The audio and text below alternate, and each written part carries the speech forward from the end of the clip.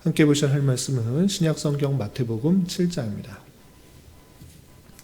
오늘 4월 7일 마태복음 7장을 낸 날인데 7장도 27절까지 좀 길게 되어 있어서 29절까지 길게 되어 있어서 다 읽지는 않고요.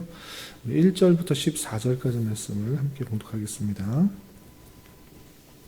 신약성경 마태복음 7장 1절부터 14절까지 말씀, 신약성경 구면 전후를 보시면 되겠습니다. 1절부터 함께 봉독합니다. 비판을 받지 아니하려거든 비판하지 말라. 너희가 비판하는 그 비판으로 너희가 비판을 받을 것이요 너희가 헤아리는 그 헤아림으로 너희가 헤아림을 받을 것이니라.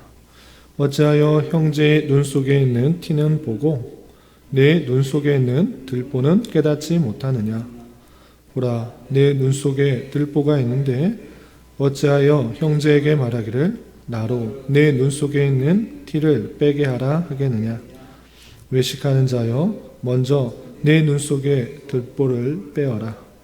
그 후에야 밝히 보고 형제의 눈 속에서 티를 빼리라. 거룩한 것을 개에게 주지 말며 너희 진주를 돼지 앞에 던지지 말라. 그들이 그것을 발로 밟고 돌이켜 너희를 찢어 상하게 할까 염려하라. 구하라, 그리하면 너희에게 주실 것이요 찾으라, 그리하면 찾아낼 것이요 문을 두드리라, 그리하면 너희에게 열릴 것이니 구하는 이마다 받을 것이요 찾는 이는 찾아낼 것이요 두드리는 이에게 열릴 것이니라.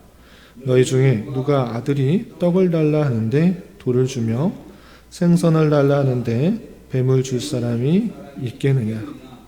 너희가 악한 자라도 좋은 것으로 자식에게 줄 알거든 하물며 하늘에 계신 너희 아버지께서 구하는 자에게 좋은 것으로 주시지 않겠느냐. 그러므로 무엇이든지 남에게 대접을 받고자 하는 대로 너희도 남을 대접하라. 이것이 율법이요 선지자니라. 좁은 문으로 들어가라. 멸망으로 인도하는 문은 크고 그 길이 넓어 그리로 들어가는 자가 많고 생명으로 인도하는 문은 좁고 길이 협착하여 찾는 자가 적음이라. 아멘. 네, 감사합니다. 오늘 말씀의 본문은 마태복음 7장입니다. 우리가 계속해서 살펴보고 있는 마태복음 5장부터 7장까지는 산상수훈이다라고 말씀드렸습니다. 예수님께서 많은 사람들에게 복음을 전파하기 하여서 산에서 설교하는 그런 부분이 있기 때문에 산상수훈이다라는 그런 별칭이 붙었고요. 어제 살펴보았던 6장에서는 특별히 신앙생활하는 데 있어서 중요하게 생각해야 될 두 가지에 대해서 교훈받았습니다. 첫 번째는 외식하지 말아야 될 것과 두 번째는 보물을 하늘에 쌓아두라 라는 그 말씀을 통하여서 우리의 생각과 마음이 어디에 중점을 두고 살아야 되는지 교훈받았습니다. 계속 이어지는 7장에서도 다양한 교훈들이 있습니다. 여러 가지 우리가 하나님의 백성으로서 마땅히 행해야 될 여러 가지 모습들에 대해서 다양한 것들을 교훈하고 있는데 내용을 좀 살펴보면서 교훈받도록 하겠습니다. 우선 7장 1절에서부터 5절까지는 남을 비판하지 말라라는 그런 교훈이 있는데 내용을 좀 살펴보겠습니다. 7장 1절 보시면 비판을 받지 아니하려거든 비판하지 말라.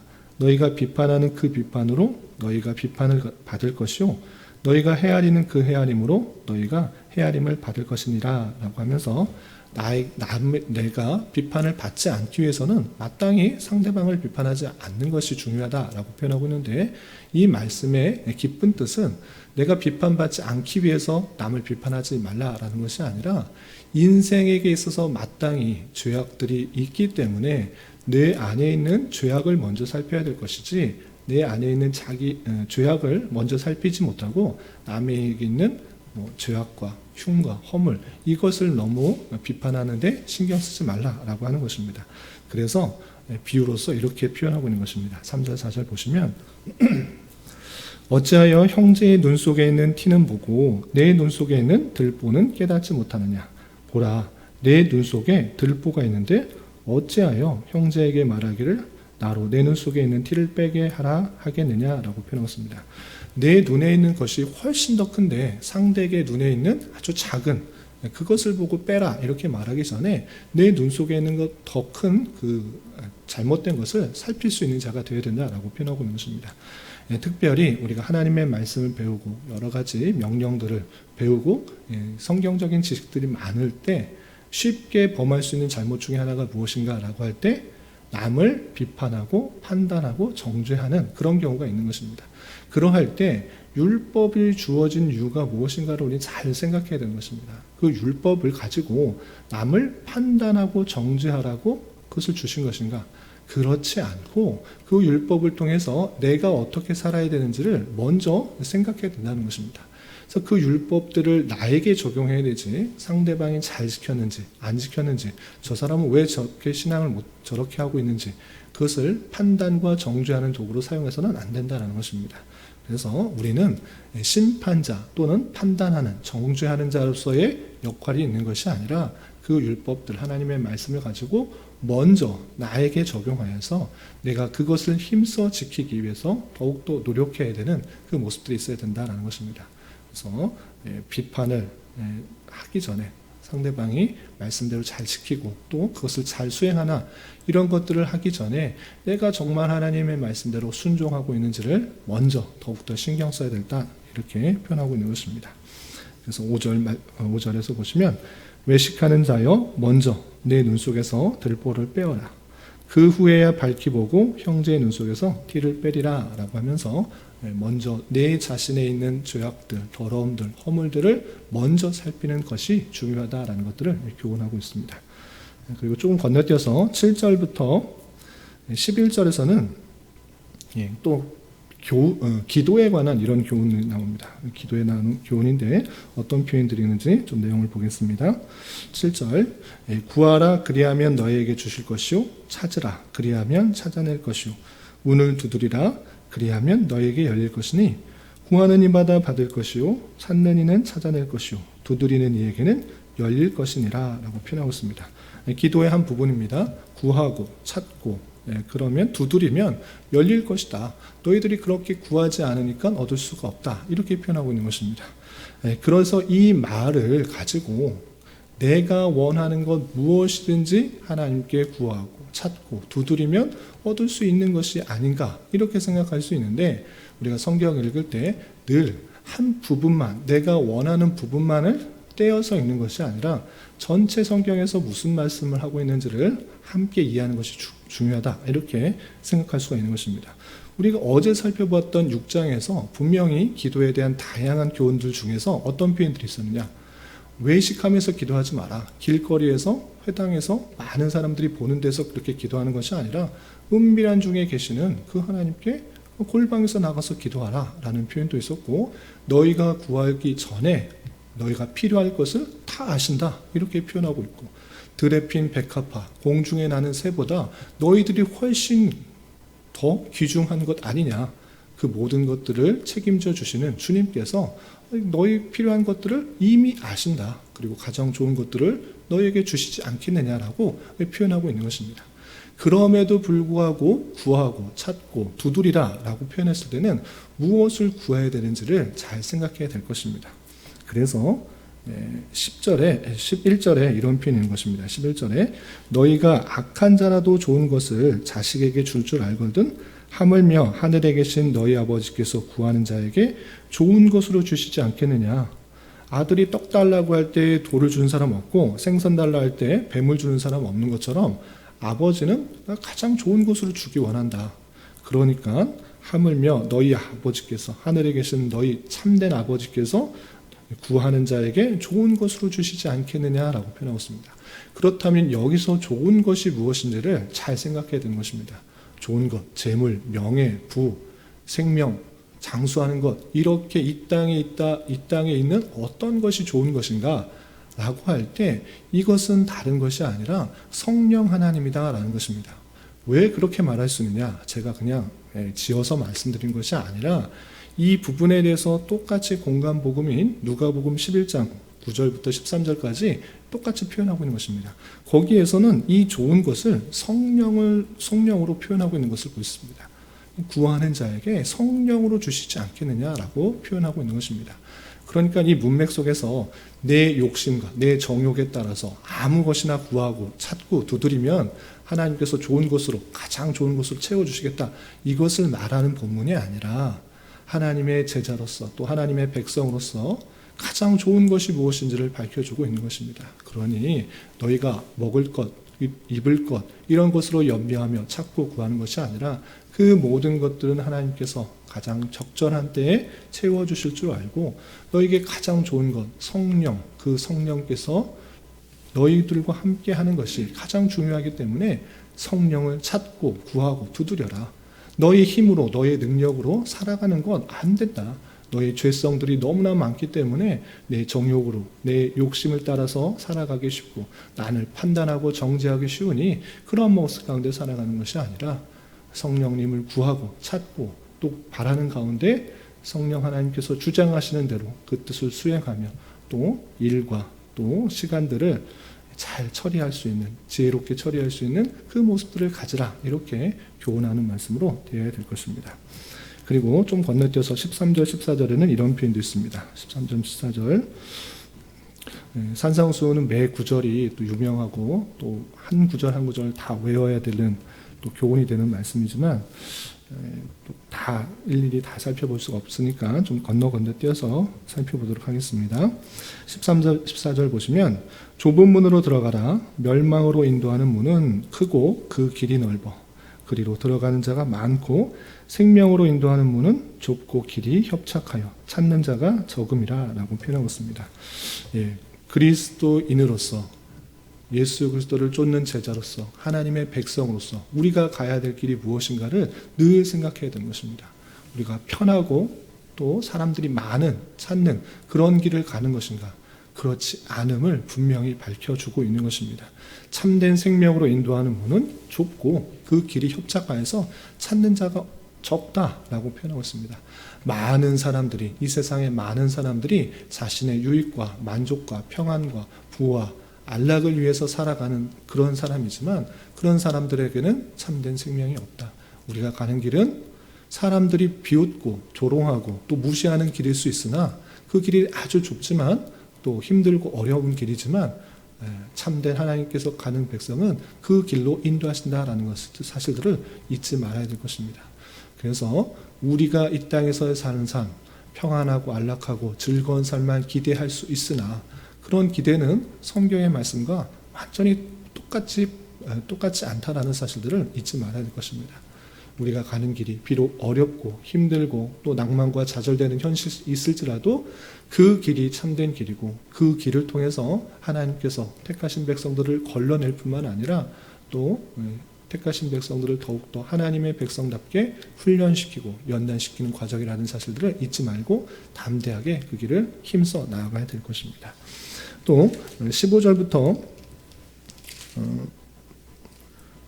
22절까지는 27절까지는 그 열매로서 그들을 알리라라는 그런 표현이 있는데 어떤 말씀이 있는지 또 내용을 보도록 하겠습니다. 하나님의 말씀을 전하는 자와 그렇지 않은 자, 그런 자들을 어떻게 분별할 수 있는가?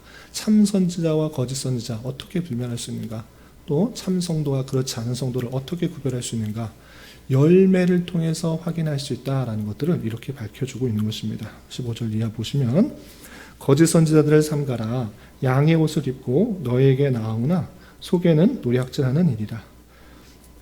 그들의 열매로 그들을 알지니 가시나무에서 포도를 또는 엉겅퀴에서 무화과를 따겠느냐.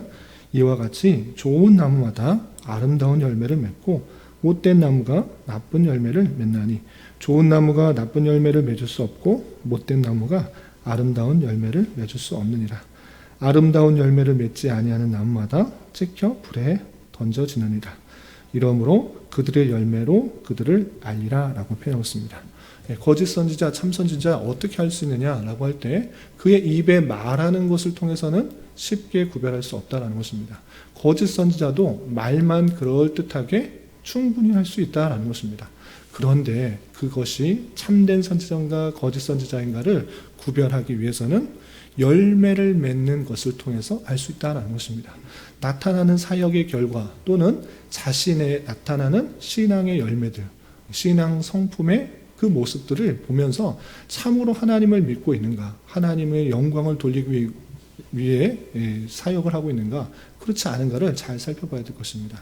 많은 거짓 선지자들의 그 모습 가운데서는 나타나는 말은 그럴듯하나 실제 그 신앙의 양심의 열매들이 나타나는 경우에는 자신이 드러나고 자신이 높아지고 자신을 우상화하는 경우들이 상당히 나타난다라는 것입니다. 그렇지 않고 하나님께만 영광이 드러나고 또 갈라디아에서 나오는 그런 성령의 열매들을 맺혀가는 그 모습들이 그 사람 속에서 드러날 때 그 모습을 통해서 이것이 참된 선지자다 또는 거짓 선지자다라는 것을 확인할 수가 있는 것입니다. 마찬가지로 각 사람들에게 있어서 그 나타나는 삶의 모습을 통해서 열매가 나타날 텐데 그 모습을 통해서 참 성도이다 그렇지 않다라는 것을 어느 정도는 분간할 수가 있다라는 것입니다. 그래서 참된 열매를 맺는 것, 그것이 중요한데 그것을 다음과 같은 비유로서 또 알려주고 있는 것입니다. 어떤 비유냐, 조금 건너뛰어서 24절에 이런 표현이 있습니다. 24절 보시면 그러므로 누구든지 나의 이 말을 듣고 행하는 자는 그 집을 반석 위에 지은 지혜로운 사람 같으니 비가 내리고 상수가 나고 바람이 불어 그 집에 부딪히되 무너지지 아니하니 이는 주추를 반석 위에 놓은 까닭이요 나의 이 말을 듣고 행하지 아니하는 자는 그 집을 모래 위에 지은 어리석은 사람 같으니 비가 내리고 창수가 나고 바람이 불어 그 집에 부딪힘에 무너져 그 무너짐이 심하니라 라고 표현하고 있습니다. 하나님의 말씀을 듣고 참으로 믿는다고 하면 당연하게 자연스럽게 나타나는 행동이 무엇입니까? 나타나는 것이 무엇입니까?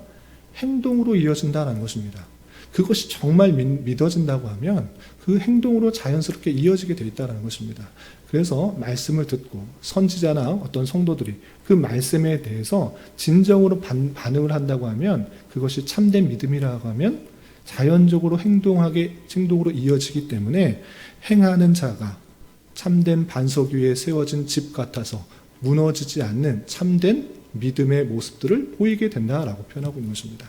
그래서 선한 열매를 맺는 그 모습과 또 이 표현은 서로 다른 이야기가 아니라 한 가지 이야기를 다시 반복해서 더 강조하고 있는 그 내용들을 이해해야 될 것입니다.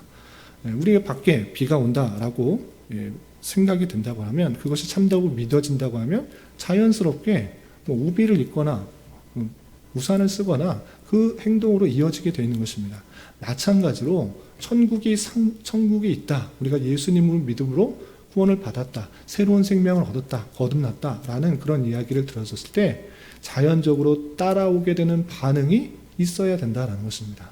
그래서 그것에 따라서 행동하게 되는 것이고 그 참된 믿음으로 말미암아 행동이 이어지고 그것은 어떤 비바람이 치더라도 넘어지지 않는, 무너지지 않는, 쓸려내려가지 않는 집이 될 뿐만 아니라 선한 열매를 맺는 그 모습들로 드러나기 때문에 하나님께서 칭찬하시고 그 믿음을 귀하게 여기신다. 이렇게 생각해야 될 것입니다. 이런 말씀들이 또 있고 시간이 좀 있어서 몇 가지 좀 더 보도록 하겠습니다.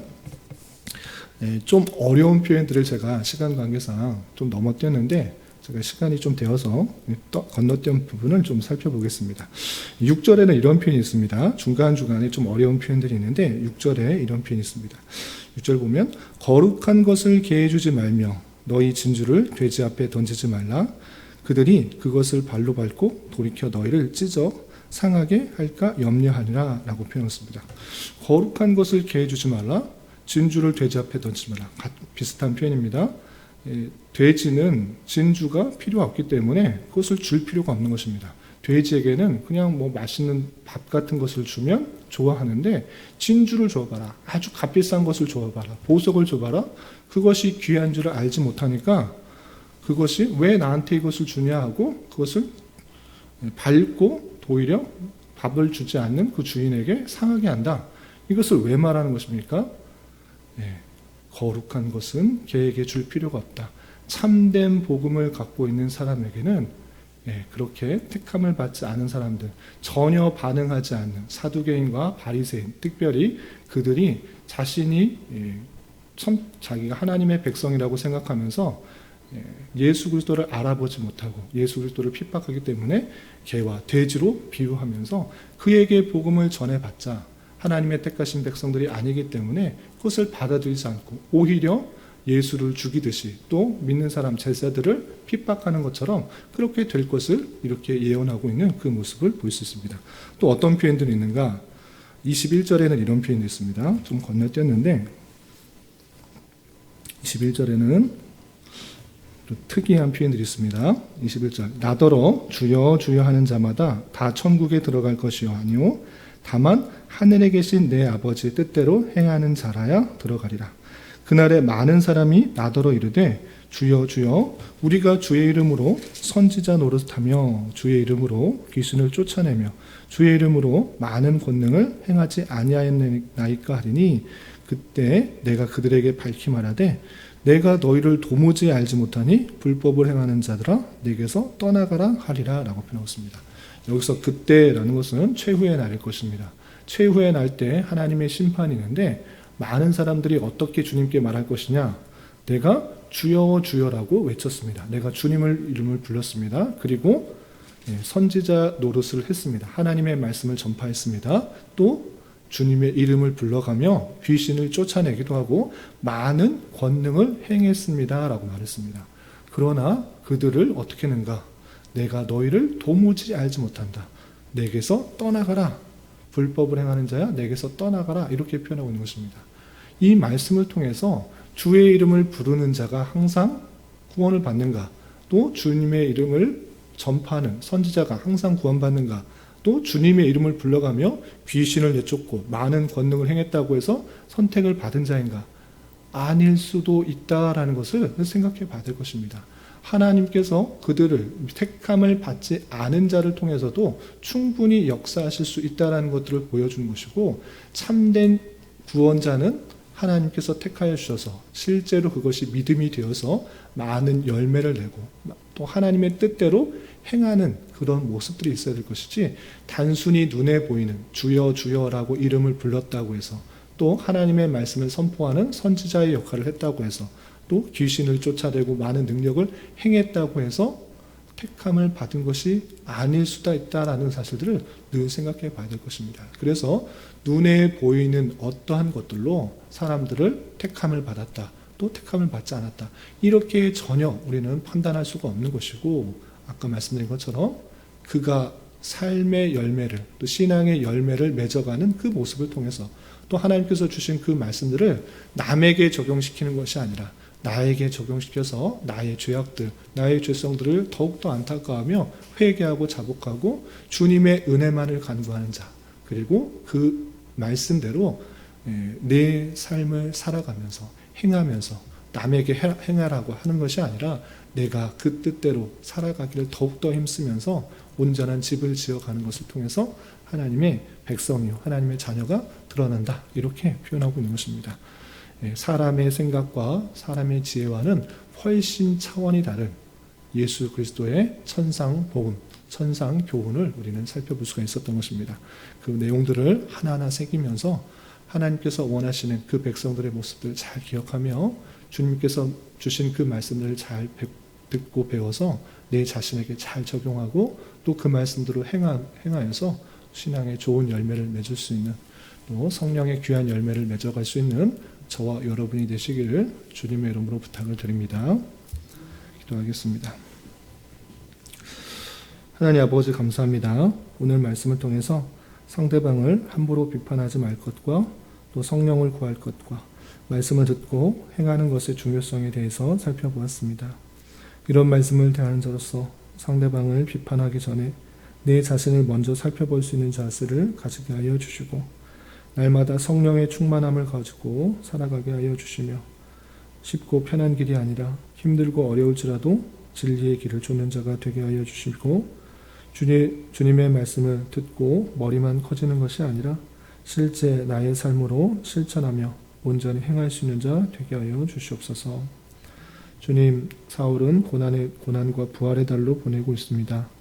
주님께서 이 땅에 오셔서 당하신 고난의 의미를 잘 생각하게 하여 주시고 때때로 만나게 되는 환난과 역경을 믿음으로 잘 견디어 나갈 수 있도록 인도하여 주옵시며 주님의 부활하심을 온전히 믿고 영원에 속한 자로서의 정체성을 가지며 우리에게 주어진 삶을 성화의 방편으로 잘 감당하며 살아갈 수 있도록 인도하여 주시옵소서. 주님, 교회 내 육체의 질병과 연약함으로 어렵고 힘든 가운데 있는 여러 성도들 일사오니 주님 지켜주셔서 건강하게 잘 치유되고 회복될 수 있도록 인도하여 주시고 직장과 사업장의 문제로 가족의 전도와 신앙을 위해 주님께 부르짖으며 나아가는 여러 지체들 일사오니 그들과 함께하여 주시고 그들의 기도 응답해 주시사 우리의 기대와 소망보다 훨씬 더 풍성한 것들로 채워주시는 하나님을 깊이 경험할 수 있는 기회 되도록 인도하여 주시옵소서. 오늘 저녁에 있는 금요 기도 시간에도 주님 함께하여 주실 줄 믿으며 이 시간 각자 주님께 간절히 간구하는 기도 제목 주님께서 들으시고 가장 선한 것들로 응답하여 주시옵소서. 예수님의 이름으로 기도 올리옵나이다. 아멘.